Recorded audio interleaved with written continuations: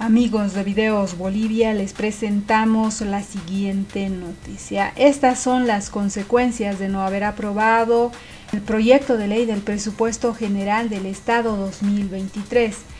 Un análisis de Gonzalo Chávez, analista experto en temas económicos, quien manifiesta que es el momento perfecto para hacer observaciones a los presupuestos designados para cada partición. Escuchemos estas observaciones y las divergencias en el movimiento al socialismo y finalmente plantea que Luis Arce también puede aprobar el presupuesto general del Estado 2023. Escuchemos estas polémicas palabras y luego continuamos. Oportunidad al analista en temas económicos Gonzalo Chávez, que ya está con nosotros. Gonzalo, un gusto de saludarlo. Bienvenido, buenos días. César Galindo lo saluda. Muy buenos días, César. Gracias por el contacto. Bien, hablemos de lo que ha sucedido en las últimas horas en la Asamblea Legislativa. Las peleas internas del movimiento al socialismo deciden no aprobar la ley del presupuesto general del Estado. ¿Cómo podemos analizar esta situación? ¿Este es un perjuicio? ¿Se va a aplicar directamente desde el primer día del próximo año? Bueno, mira, yo creo que esta es una gran oportunidad para que la Asamblea haga su papel de fiscalizador, haga el papel de caja de resonancia de la sociedad y por primera vez en más de 15 años se discute en profundidad el tema del presupuesto general de la nación, ¿no? Hasta ahora lo que vemos es de alguna forma parte de una vendetta política de la división que hay dentro del MAS, unos apoyando, otros no, y no tiene más que eso, ¿no? Si han hecho un rechazo, pero también es una oportunidad para que el gobierno presente el presupuesto, pero no como si fuera el fin de la historia, como si no hubiera nada más que haya que eso, y lo único que necesita es su aprobación, sino que hay que hacer un profundo debate sobre el rol del Estado, sobre el papel de las regiones, sobre los ingresos que estamos utilizando, sobre la política de endeudamiento externo, sobre si estamos cumpliendo o no la inversión pública que se ofrece. En fin, hay enormes oportunidades para hacer pues lo que la Asamblea debería hacer siempre, discutir en profundidad ese presupuesto para que a partir de ello se realicen las políticas públicas los próximos años. En el pasado lo que ha ocurrido, como tú sabes muy bien, es que llega este presupuesto, ni lo miran, ¿no es cierto?, y lo aprobaban simplemente levantando las manos. Y eso obviamente le hace mucho mal a la democracia, le hace mucho mal a la idea de que hay alternativas de desarrollo, hay políticas nuevas que se podrían hacer, y lo que el gobierno presenta es eso, una propuesta que puede ser mejorada, que puede ser cambiada, y por lo tanto esa es la gran oportunidad que tiene la Asamblea, y esperemos que esto no sea simplemente una reyerta política interna, y sea una oportunidad para discutir en profundidad, por ejemplo, ¿por qué la inversión pública no se ejecuta al nivel que se promete? En el año 2021 se dijo inversión de 4.000 millones de dólares. ¿Sabes cuánto se ejecutó? El 65%. Este año, el 2022, se ofreció 5.000 millones de dólares y se ha ejecutado 2.000 millones de dólares, el 40%. ¿Por qué?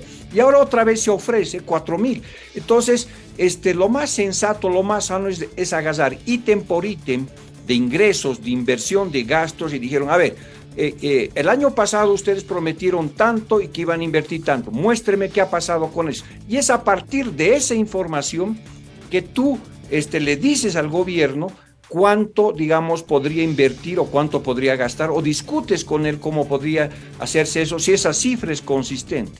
Caso contrario, ¿no es cierto?, es un acto medio raro porque el presupuesto del 2023 viene como si fuera la iniciativa nueva, como si nada hubiera pasado en el pasado. Entonces, lo primero que tiene que discutir la Asamblea es el cumplimiento del presupuesto 2022. ¿Qué se logró? ¿Qué no se logró? Los resultados. Y a partir de eso, decir, ok, muy bien, en inversión pública ustedes dijeron 5.000, ahora dicen 4.000, pero en realidad han ejecutado 2.000. De repente, lo que tienen que hacer no es 4.000, es 3.000, porque eso es lo que pueden. Entonces, yo creo que es una oportunidad interesante para que el presupuesto sea un instrumento de planificación, de coordinación, de pacto, ¿no es cierto?, entre diferentes actores, y no simplemente un instrumento de imposición de un modelo que está haciendo aguas, ¿no? Ahora, sin duda alguna, ese es lo ideal, que se pueda debatir a profundidad, que se puedan analizar los pros y los contras en base a los resultados de toda la inversión. Tú hablabas de porcentajes interesantes, cuando se solicitaba una cantidad importante de recursos económicos, pero se ejecutaba máximo el 65%, el año pasado el 40%, entonces nos quedan serias dudas de cómo se aplica realmente esto. ¿Y cuáles han sido las dificultades? Tendría que hacer el análisis, pero en este momento el análisis es otro dentro de la Asamblea Legislativa Plurinacional. Es un análisis político. Como tú también lo recordabas, Gonzalo, decías que antes ni siquiera se lo miraba y se aprobaba el presupuesto general del Estado. Ahora, ¿se está politizando el tema de los recursos económicos en este momento para la próxima gestión? Bueno, mira, en primer lugar, esto simplemente hace parte de la pelea entre los hermanos y compañeros. De un lado que apoyan al presidente Arce y otro lado que apoya al expresidente Evo Morales. Y se convierte en una reyerta política, en un ajuste de cuentas, en una tentativa, digamos, de resolver sus temas internos. Eso es malo. Ahora, yo creo que podrían darlo la vuelta y volverlo un debate racional, porque ahora el pretexto es, oye, me falta dinero, como era en el pasado, lamentablemente, ¿no es cierto? Me falta dinero para tal proyecto. No, si tú no me das este otro proyecto, yo no te lo apruebo. Entonces era un toma-daca, una negociación, un regateo, y no viendo, ¿no es cierto?, los desafíos generales, globales del país y también de las regiones. Entonces era lucha por recursos. En este primer momento lo que hemos visto, que ese podría ser el pretexto, están diciendo, bueno, yo no te lo apruebo porque en tal lugar de Cochabamba o en el Chapare ustedes habían ofrecido tal cosa y no la hicieron o no la han puesto en el presupuesto. Pero en el fondo, en el trasfondo político de eso es la reyerta que hay entre estos grupos en el cual se ha dividido el movimiento al socialismo. Entonces, no se debería trasladar esa reyerta política que es entre un partido político a la asamblea. Resuelvan sus problemas en sus reuniones, en sus asambleas y vuelvan con posiciones claras. Y utilizaremos la asamblea para profundizar los temas de políticas públicas, para ver cuáles son las mejores formas de conseguir ingresos. Por ejemplo, en impuestos necesitamos hacer una reforma tributaria y necesitamos nuevos ingresos.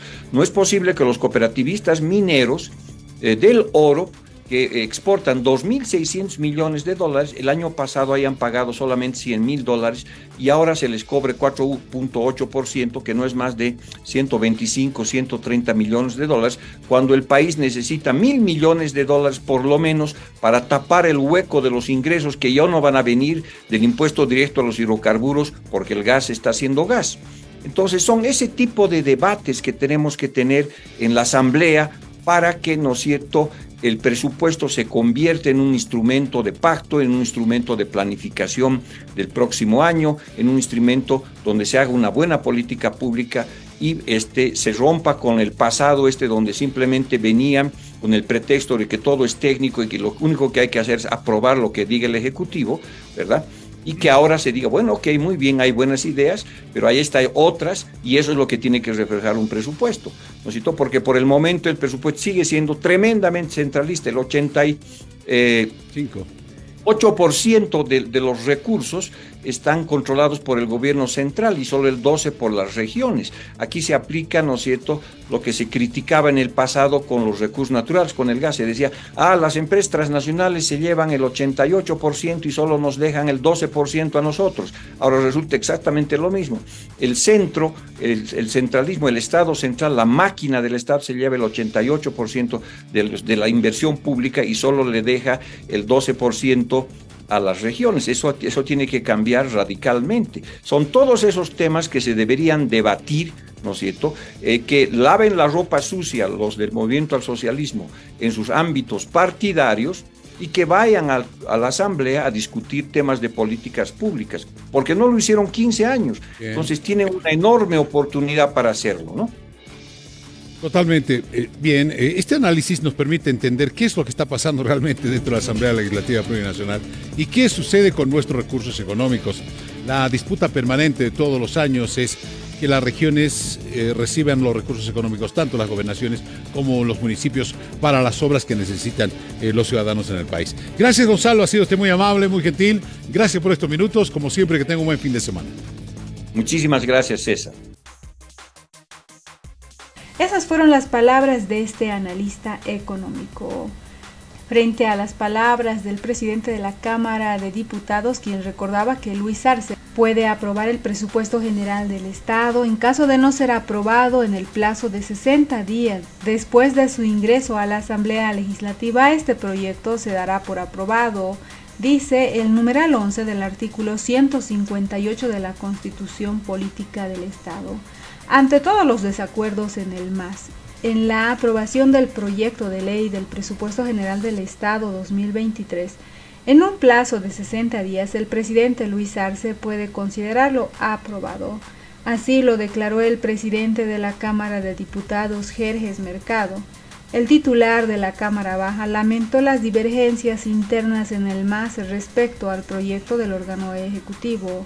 Menos mal que nuestra Constitución Política del Estado es sabia y el presidente Luis Arce también puede tomar la decisión enmarcada en el artículo 158, numeral 1, que faculta a aprobar este presupuesto, dijo en una conferencia de prensa.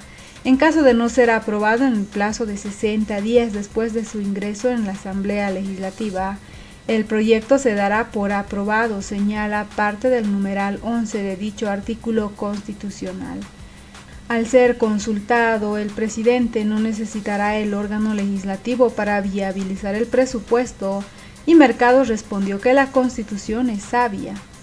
El jueves, la Cámara de Diputados determinó postergar hasta el próximo martes la reinstalación de la sesión para rebatir el presupuesto 2023. Entre el pasado martes y miércoles, algunos diputados oficialistas pusieron trabas que impidieron la aprobación del proyecto de ley. La madrugada del miércoles, el presupuesto general del Estado 2023 fue rechazado por 68 votos del oficialismo y también la oposición, frente a 44 que respaldaron este proyecto, 44 que responderían al ala arcista.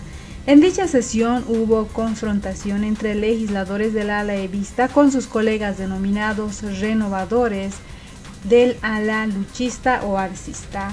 Debido a todas estas divergencias, Jerjes Mercado pidió a sus colegas diputados reflexionar, además volver a la sesión del día martes con una actitud patriótica y comprometida con el país, sobre todo con las grandes mayorías. Actuemos anteponiendo los intereses del pueblo boliviano de nuestro país antes que los intereses personales y políticos, exhortaba. También dijo que los legisladores que impidieron la aprobación del proyecto de ley no hicieron absolutamente ninguna crítica específica al presupuesto. Sus críticas fueron de índole personal y político. El Presupuesto General del Estado 2023 es un importantísimo instrumento de la política pública y al no aprobarlo estamos perjudicando a los municipios, gobernaciones, universidades, sector salud y educación, señalaba el presidente de la Cámara de Diputados. Afirmó que el presupuesto 2023 contempla un incremento de 8.800 millones. Una muy buena parte irá a incrementar el presupuesto de diversas instituciones y sectores. El no aprobarlo significa perjudicar la inversión pública que está destinada a la construcción de la economía, crear fuentes de trabajo y arriesgar los bonos, Juancito Pinto y Juana Azurduy, entre otros, advertía. En el caso de que la Asamblea Legislativa no apruebe el presupuesto general del Estado 2023, el presidente Luis Arce puede considerarlo aprobado a finales de enero de 2023, según los plazos establecidos en la Constitución Política del Estado. ¿Qué opinan ustedes frente a estos datos? No olviden dejarnos sus percepciones al respecto y si creen que el día martes habrá acuerdos entre arcistas y evistas. No olviden dejarnos sus percepciones al respecto.